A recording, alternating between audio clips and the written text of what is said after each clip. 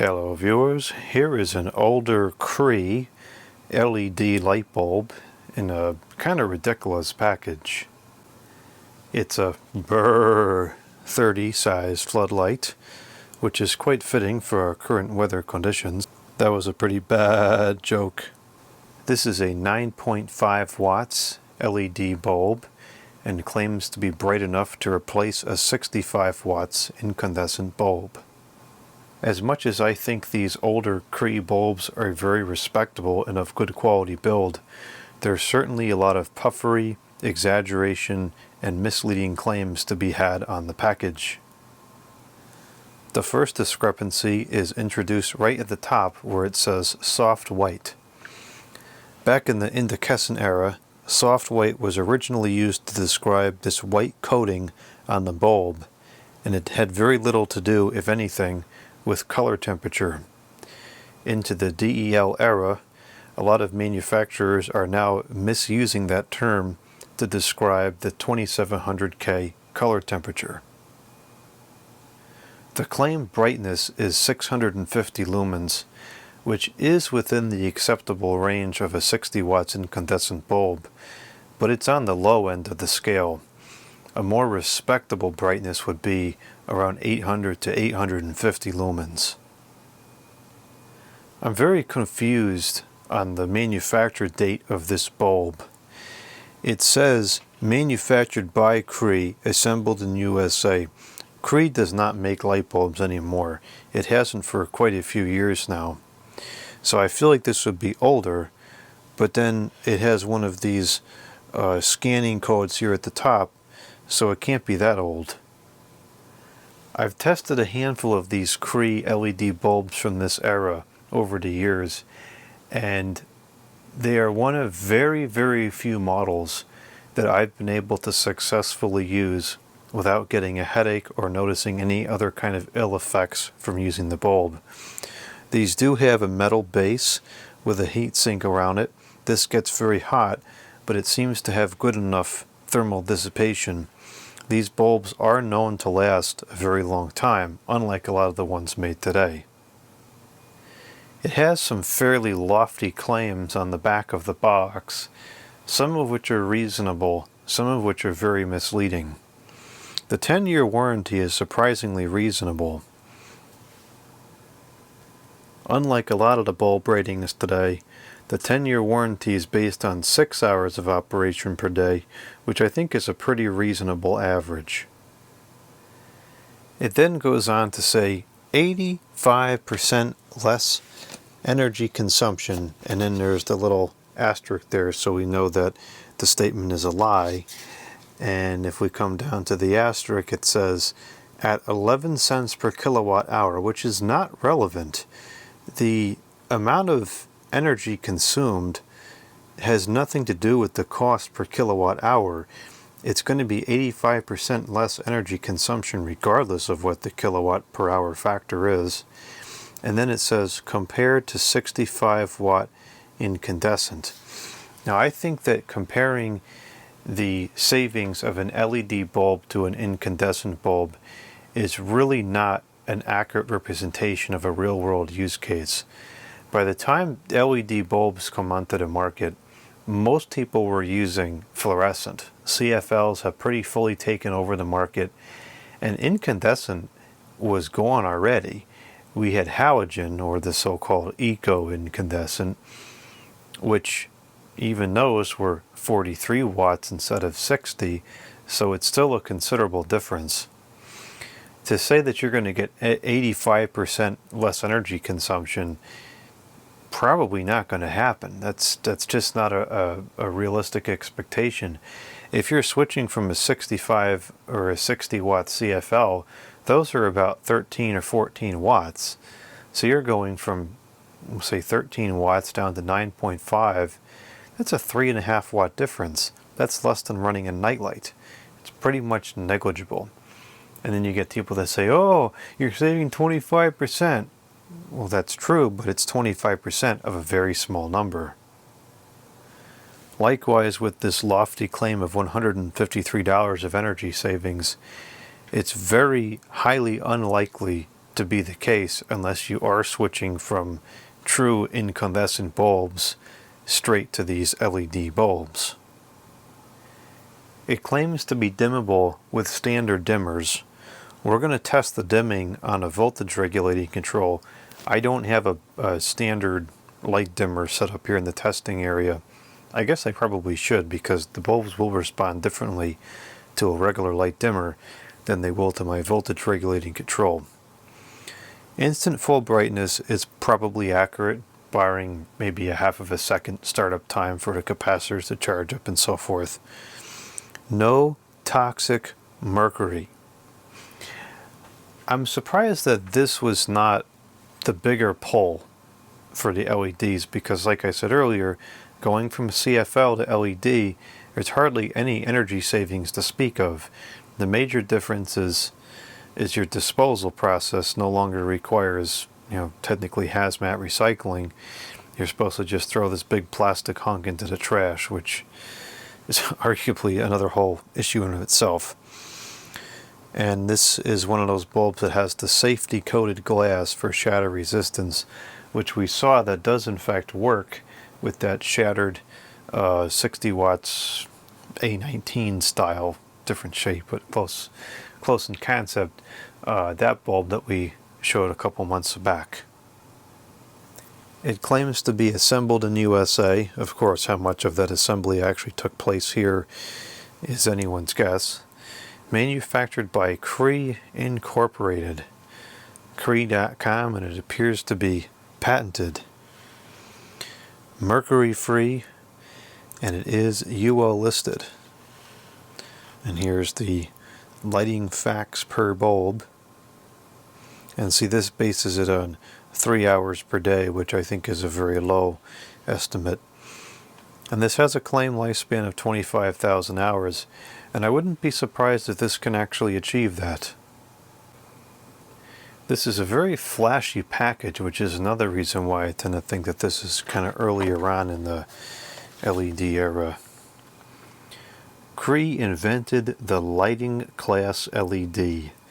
Cree has been the innovation inside the world's leading LED lighting fixtures for years. Now you can get proven Cree technology for your home. Well, that's certainly a bygone era. And then there's some cautions and warnings and the limited warranty, which you can pause the video and read if you so desire. It has an operating temperature range of a negative 13 degrees Fahrenheit to 113 Fahrenheit, so it should be fine to use outdoors in most parts of the country, and that's negative 25 Celsius to positive 45 Celsius. And it says the lifetime may be reduced if used in airtight enclosed fixtures or in insulated ceiling airtight recessed downlight enclosures, which makes good sense because clearly the ballast, or it's not a ballast, the transformer needs to be able to throw off its heat, and this heat sink is not going to do any good if there's no air exchange. Suitable for damp locations, but not for use where directly exposed to weather or water. Cree soft white LED bulbs look and light like the incandescent bulbs you love at an affordable price. View the full line of Cree LEDs at creebulb.com. Well, we'll see about that in just a few minutes. As far as the pricing goes, I'm pretty sure these were not affordable at all. I think these were very expensive bulbs. I'd like to preserve the original box here, so we're not going to open it the way that it recommends. We're going to try to cut along here so we can close it back up again when we're done.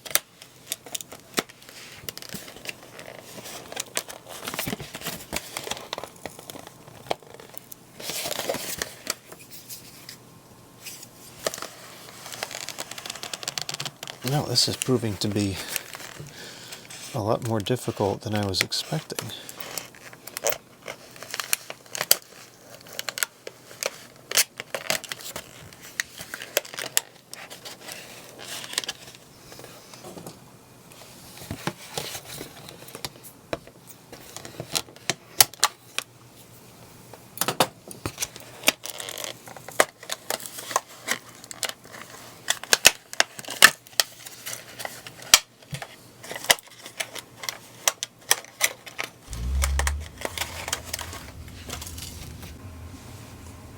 It does, at a quick glance, look very much like a regular incandescent bulb. However, there's definitely some QC issues going on here.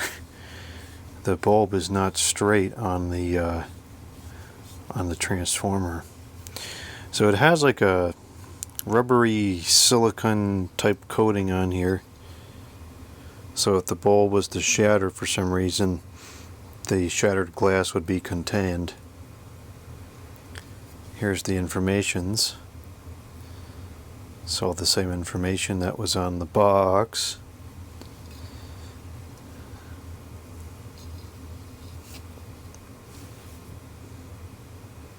Suitable for damp locations.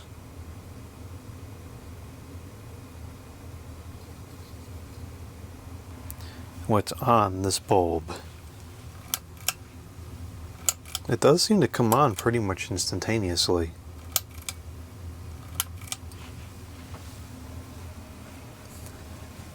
At 121.1 the volts, it is consuming 0.08 the amps, 9.6 the watts, which is very close to what it's rated at. There we go, 9.5 right on the nose.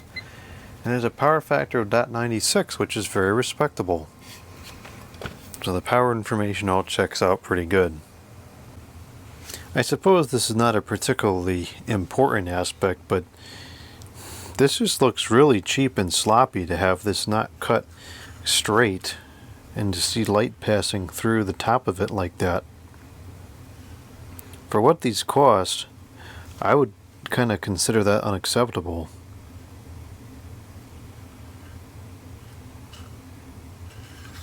See if there's any banding on the camera.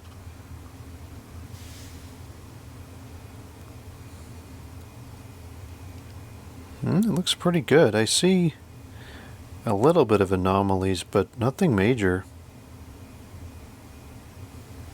If I look at this in person, I don't see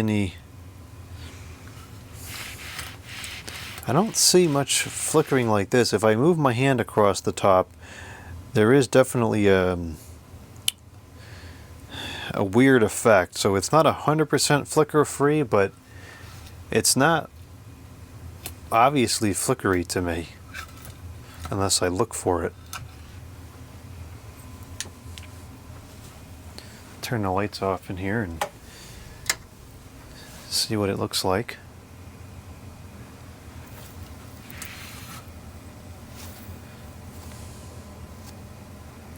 And the color rendering is pretty good.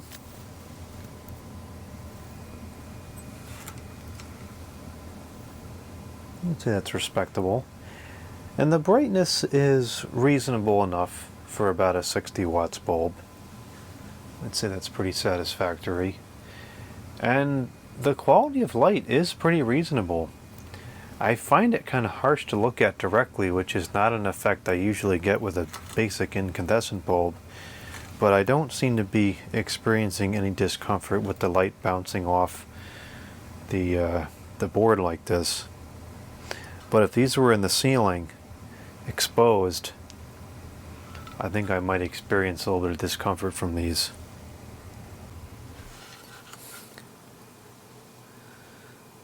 I can't really get a good look at what the diodes look like, but I think it's like a circular loop of a handful of diodes.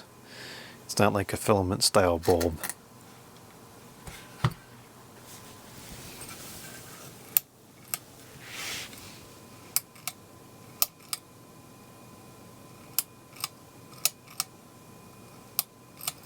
It's certainly instant on enough that I can't really tell any delay, and I think the average consumer certainly wouldn't notice any kind of a delay either. It's only been on for a couple of minutes, but the bottom here is already starting to get pretty warm. I don't feel any heat coming out of the top of the bulb where the diodes are, but I'm sure over time that will eventually heat up. I know with the CFLs, that was usually the reason why you didn't want them installed ballast up, because the heat from the tube would cause the ballast to run hotter than normal and shorten the life. I don't know if this is the same thing where the heat from the diodes will go up. You know, if it's like this, the heat from the diodes goes up and heats up the electronics even more, or if the majority of the heat just comes from here and it doesn't matter. This is getting extremely hot, almost too hot to hold my hand on anymore, but the top is remaining completely cool. Now I've got it hooked up to a variac, so let's see how the dimming performance is.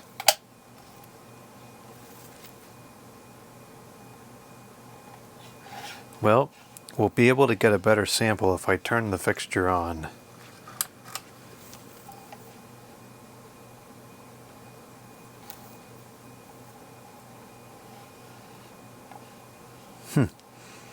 So it starts up pretty abruptly. Oh, now it's working better. So that's only 10% voltage, and it is on, and it's very dim. And one of the problems that has actually been fixed quite well with dimming LEDs is that the color temperature does not get warmer like it would when you dim down a regular incandescent bulb. So as we turn this up in brightness, the color temperature doesn't change at all. So the dimming effect is kind of disappointing in that sense, because you don't get that nice, really warm, cozy glow like you used to get out of an incandescent. There's a lot of bulbs now today, such as the Philips Warm Glow, which will actually change in color temperature, mimicking the effects of dimming an incandescent bulb, which is really neat. Now I'm not noticing that this gets flickery or anything as it dims. It seems to dim just fine, again on this type of control. But the color temperature does not respond like an incandescent at all. It just doesn't change. I think this is a pretty respectable bulb overall. And I also tend to think that the overwhelming majority of consumers, as long as the dimming feature is not particularly important, would find this bulb to be completely satisfactory. I unfortunately am very sensitive to LED lighting, and for whatever reason I tend to get a headache when exposed to it for any length of time. Very, very few bulbs have I come across over the years that don't produce a headache. I have been able to use a couple of Cree bulbs, so there is a chance that this might work for me, but I'd have to test it over time and to find out. It did seem kind of harsh initially, but we're also testing it from a couple of feet away, shining up, which is not a normal use case.